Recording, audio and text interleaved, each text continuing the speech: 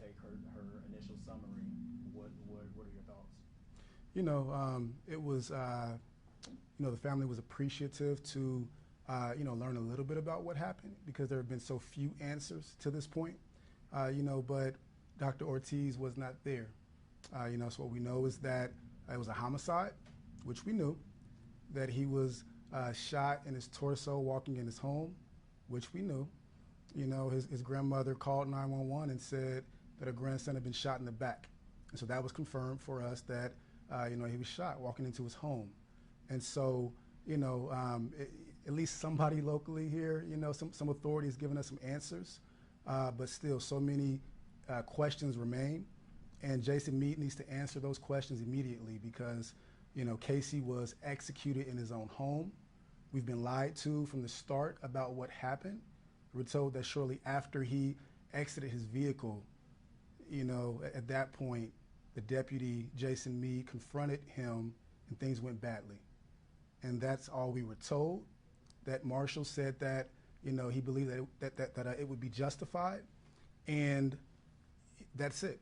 That's all we've been told. So, in hearing that, news from the coroner's office, it told us a bit more, but so many questions remain, and this family is being traumatized and traumatized and traumatized each and every day that those questions remain unanswered, and they deserve better. Black people in this city deserve better. Columbus, Ohio, for decades has fought for our lives when it comes to police officers and them shooting black people and killing black people. And so, we're not satisfied whatsoever, and we'll keep fighting for answers. And the local authorities and Jason Meade need to tell us more about what happened because Dr. Ortiz was not there. And not to get too far in the weeds on the legalese, but when you say torso, what does that mean? Torso can mean, stomach area, sides, back, just midsection, which confirms what we already know because his grandmother saw his bullet wounds. And unfortunately, his 5-year-old brother saw his bullet wounds. His 3-year-old cousin saw his bullet wounds. They saw him in the kitchen taking his last breaths, bleeding, as Jason Meade stood in the doorway and pointed his gun at Casey's uncle, who was holding his 3-year-old daughter. And he was told to get out of the house, get everybody out of the house before he dragged everybody out of the house. And when Jason's uncle, in the trauma that unfolded after hearing gunshots, not knowing what happened, because he couldn't see Casey in the kitchen. His grandmother saw him. Other family members were traumatized by that sight, but his uncle was traumatized by that deputy, Jason Meade, that pointed that gun at him and his 3-year-old daughter. And when he couldn't get out of the house in time, that deputy, Jason Meade, threatened him further. So what are you doing? Get out of the house before I shoot you too. Ms. Payne, with all of this talk about this case, and we're focusing so much on the details, which are important, there's a person here, people at home watching have grown to care about, but they don't know him. What do they need to know about Casey? Casey was just a good kid. To know Casey is to love Casey. He had a good spirit, a good heart. He loved his siblings. He loved animals. He and I had round after round about snakes. He had 1 million of them. Dogs. If you look at some of the pictures that's displayed on social media from my family and I he got pictures where he got kitty cats sitting on his shoulders and he's holding puppies. He was just a good guy. My sister just informed me, or my daughter, someone just before we sat down, that someone in the neighborhood just made a post as to how good of a kid he was and how they used to just see him walking down the street bouncing his ball or playing with the dogs or the other kids. He was just a good person. That has to make you proud. I know it's hard right now, but there's a sense that who y'all talking about? I know him. That's my baby. That's my baby. Tell me about that when you that feeling. It just hurts.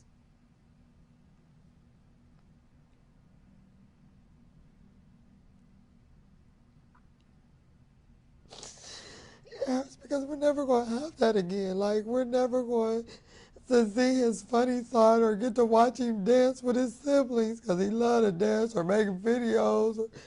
It hurts.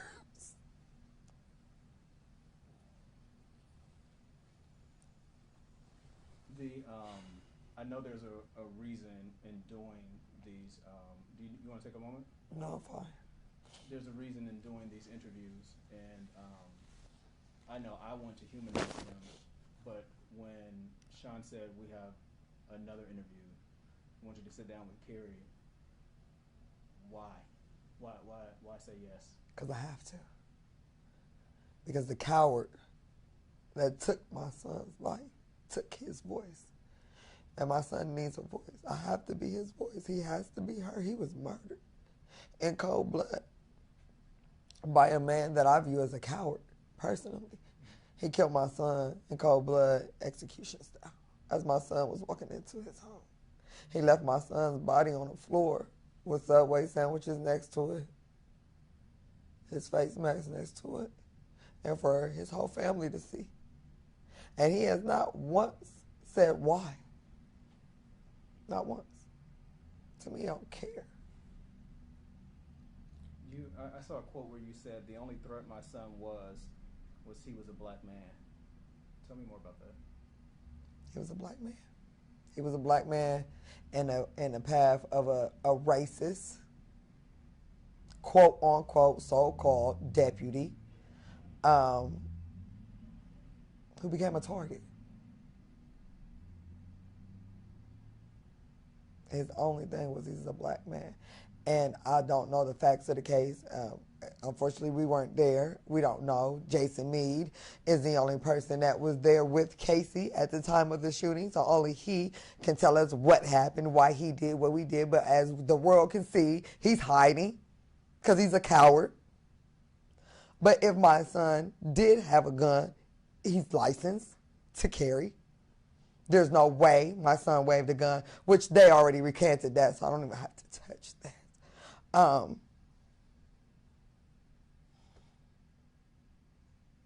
He was a black man in the path of an angry man that was given a badge and uses his badge to harm black men and now kill.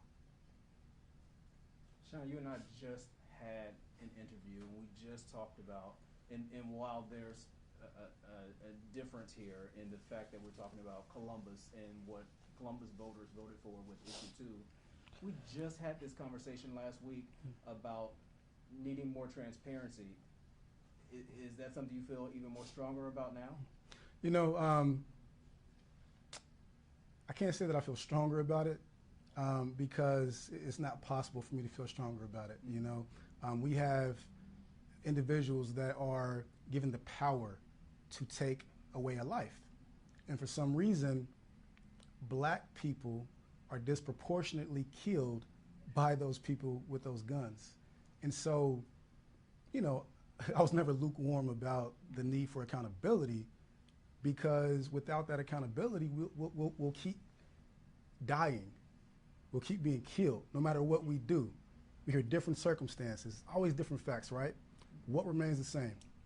Somebody reached for a gun, somebody brandished a weapon, somebody, you know, was a threat. But our blackness cannot be that threat. We had armed white people at the State House protesting with rifles, because Ohio is an open carry state. You know, we've had threats on governors, you know, by militia. A black militia is considered a gang. A white militia is considered lawful gun-carrying citizens. But that's who Casey was. And so it is not just frustrating, it's angering. It is, you know, I get so upset when someone asks why Casey had a gun. Casey wanted to protect his family. Casey that was his right. And Casey was brave because he took on that weight of having a CCW, knowing that he may die. And I've gotten to know Casey. I've talked to his family. I have just spent, time at night on his social media. And I went back to a post, I went back, a long way. And he posted at one point a 90-year-old grandmother that was trying to stop the police from, killing somebody. And his caption was, "These are the kind of cops that will kill you before you can show your CCW permit." He posted that in June. That was on his consciousness, because as black men in this country, we have to deal with that. And Casey was more courageous than me, because I want a CCW. I work late, I leave, I unfortunately have to speak out against people that can kill me, and I can't protect myself. Because if I get a CCW license, or if I carry my gun on my hip, if I leave out of here, I might die, and nobody will tell my story. We're here to tell Casey's story. More than anything, black people deserve the right to be able to protect themselves in this country, because nobody else protects us. And so at this point, Casey took the steps he needed to protect himself by getting that license, by educating himself on how not to get killed. He told his sister, his 18-year-old sister, never get caught with an illegal weapon.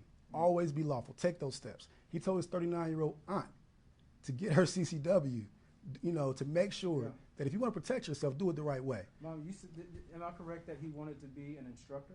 He did. He wanted to be a CCW instructor, as well as own his own fleet of trucks. He had a CDL license, so he liked being on the road, but he's so family oriented that he wants to be home with us. So his thing was he was going to work and save enough money to buy his own truck. That way he could drive locally and still be at home. What is it that people at home watching this interview, or they'll see it, on their phones, what's the action that you want them to take? I want murder charges. My son was murdered. Had it been you, me, Sean, any one of us, we would be in jail for murder. My son was murdered. It wasn't by accident at all. It was meant. And not only did he shoot Casey, he shot Casey to kill Casey. And he succeeded in what he wanted to do. I want murder charges. I want his badge taken. I want him prosecuted to the fullest extent of the law. Like, if it was us, we would be in jail by now.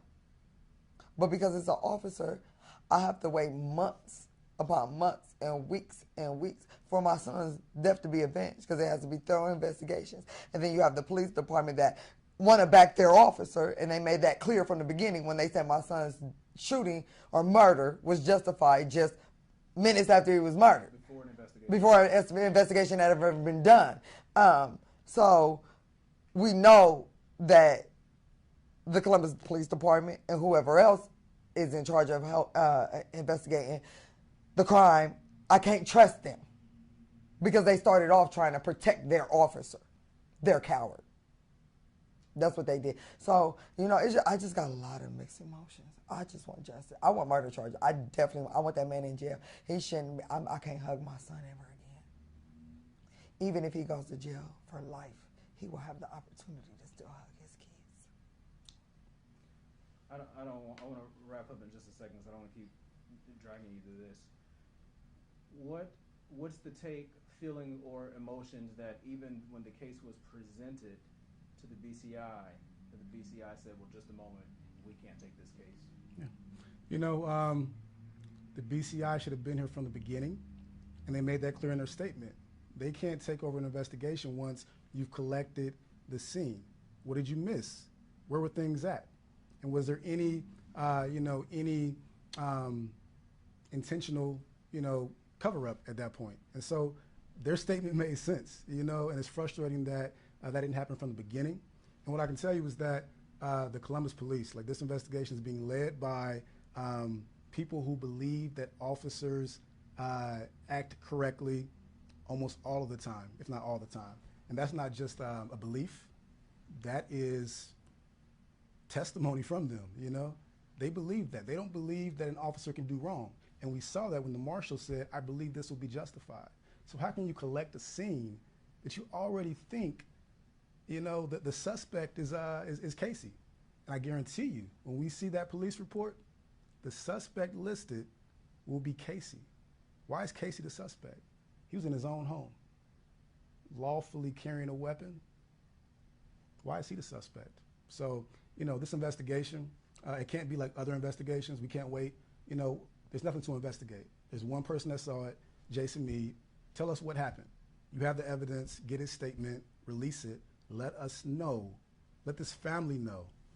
They've dealt with so much trauma already. Heal them. What's the next step, Sean?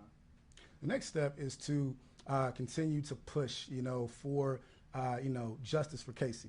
We want people around the country to stand up and rally around this. You know, back in June, we protested for George Floyd. We protested for Breonna.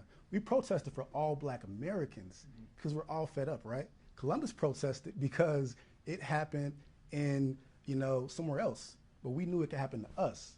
And right here, you know, in Columbus, it happened in his own home. So, I mean, the call is for the nation to stand up with Casey, you know, to make sure that this does not happen again, that we can live our lives in this country and not fear that no matter what we do, no matter how righteously we live our lives, you and I could be killed.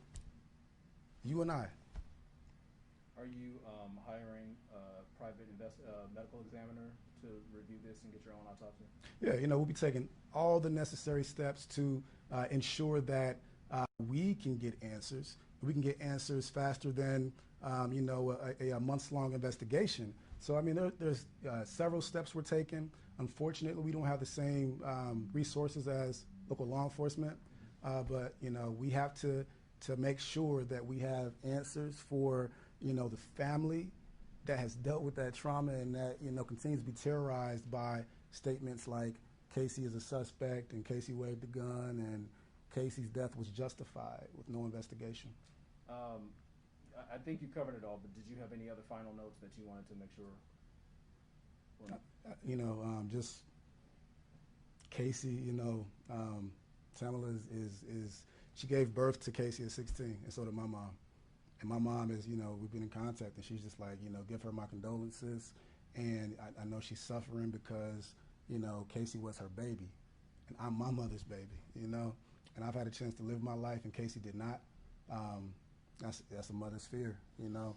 So we're all scared, and I think it's just important that, you know, we can become to, you know, get to the point in this country, Black Americans, where we feel protected, where somebody protects us, and that Casey needs to be protected, and so do all Black Americans in this country. These 5 days have had to be hell, and you are, as you said, fighting to make sure you are fighting for Casey because he can't do it for himself. What's your prayer at night and through the day and to keep you going?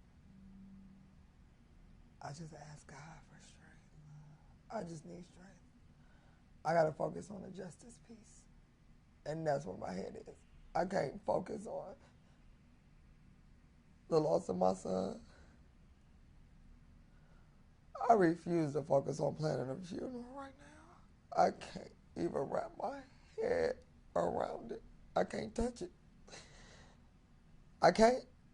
My only focus is justice. I eat, breathe, and sleep justice. And I won't stop. I won't. I can't. So until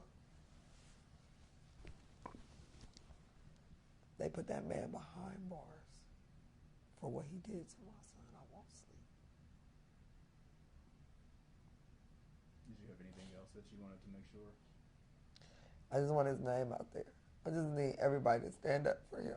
This was senseless. I just need everybody to fight with me for justice. That's all I'm asking. All I'm asking is to fight with me for justice for my baby. That's all I want.